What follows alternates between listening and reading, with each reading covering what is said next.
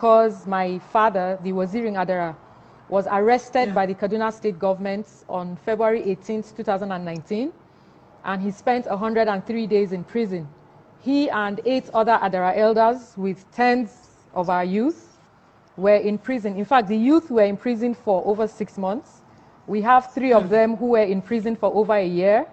They missed WAEC with their mates. And everything happening and talking to victims and talking to people in prison and digging into what will make the Kaduna state government feel my father, because he was arrested for culpable homicide, for killing Fulanis and cows. Ridiculous as it may sound, that is why they were arrested. And this is someone who has never even been to the village that the said attack took place at the time. You know, so that is how I got involved with everything. Me is the fact that they should stick to one story. Are they revenge and reprisal attacks, or are they bandits? Because when you say reprisal attacks, it means you know who the other party is, right? And if you talk to Southern Kaduna victims, they will tell you they are Fulani people. But you see, I'm yet to see where the government comes out to say Fulani people attacked. I've never heard that.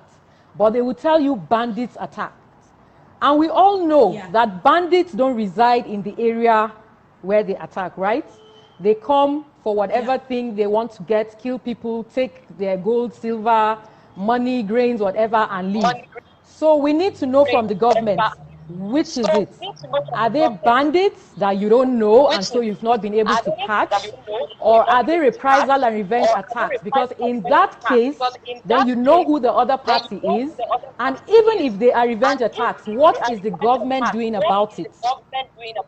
Who has been? If the governor likes, there can be 101 army bases in Southern Kaduna. If bandits can go through those security men and still attack the people, then who has failed? He should ask himself, is it working? I think questions sometimes from the press, from people, goes to the wrong people. I don't really understand why Southern Kaduna people are, well, it's good to say our stories, but I think questions. We don't care how many army bases you have in Southern Kaduna. Are they working? That's the issue. We are the ones who are supposed to tell people, oh, there are no killings in Southern Kaduna because the governor put army bases. The governor and he's saying, oh, after all, he put really like the Southern Kaduna issue is so ridiculous to me, to be honest. He has never spoken to the Adara Traditional Council. My father is the Waziri. I can tell you as a matter of fact that they have tried everything to talk to the government. The government will not recognize them.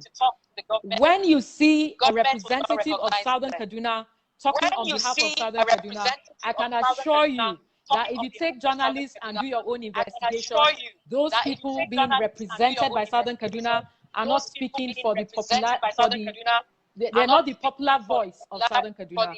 So if the government really wants to tackle this issue, I think you should talk to those who represent the voice of the people. Government cannot say they want to settle this or want to stop these killings and not want to talk to Sokapu. Sokapu represents Southern Kaduna. So it doesn't make sense. You want to solve the Adara issue, but you will not talk to the Adara Traditional Council. What peace are we talking about? And then the people who are victims are the ones who are blamed for being killed.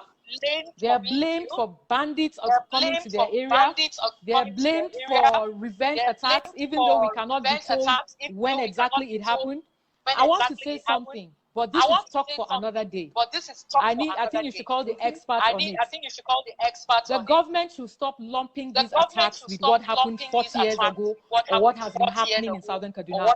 They are not the same.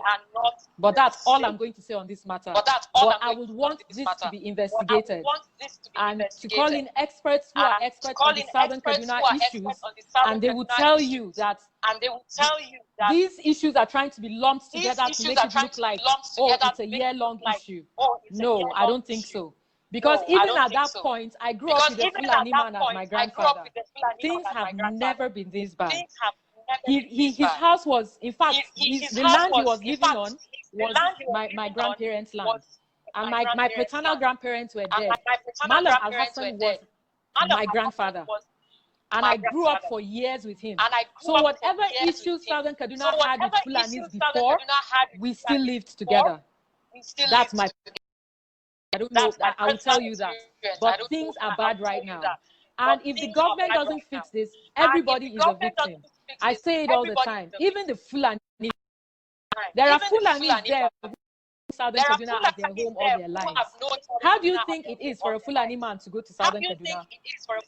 You know, so at the end of and that is why if truly we are going to join hands to end this. Even the Fulani people who are there need to join hands with us, and we need to get to the roots of the issue. If it's outsiders coming to fight, it's both of us that are losing. If it's whoever it is sponsoring the attacks, both of us are losing. Nobody is going to win at the end of the day. That is why we say everybody should join hands and let's curb this issue.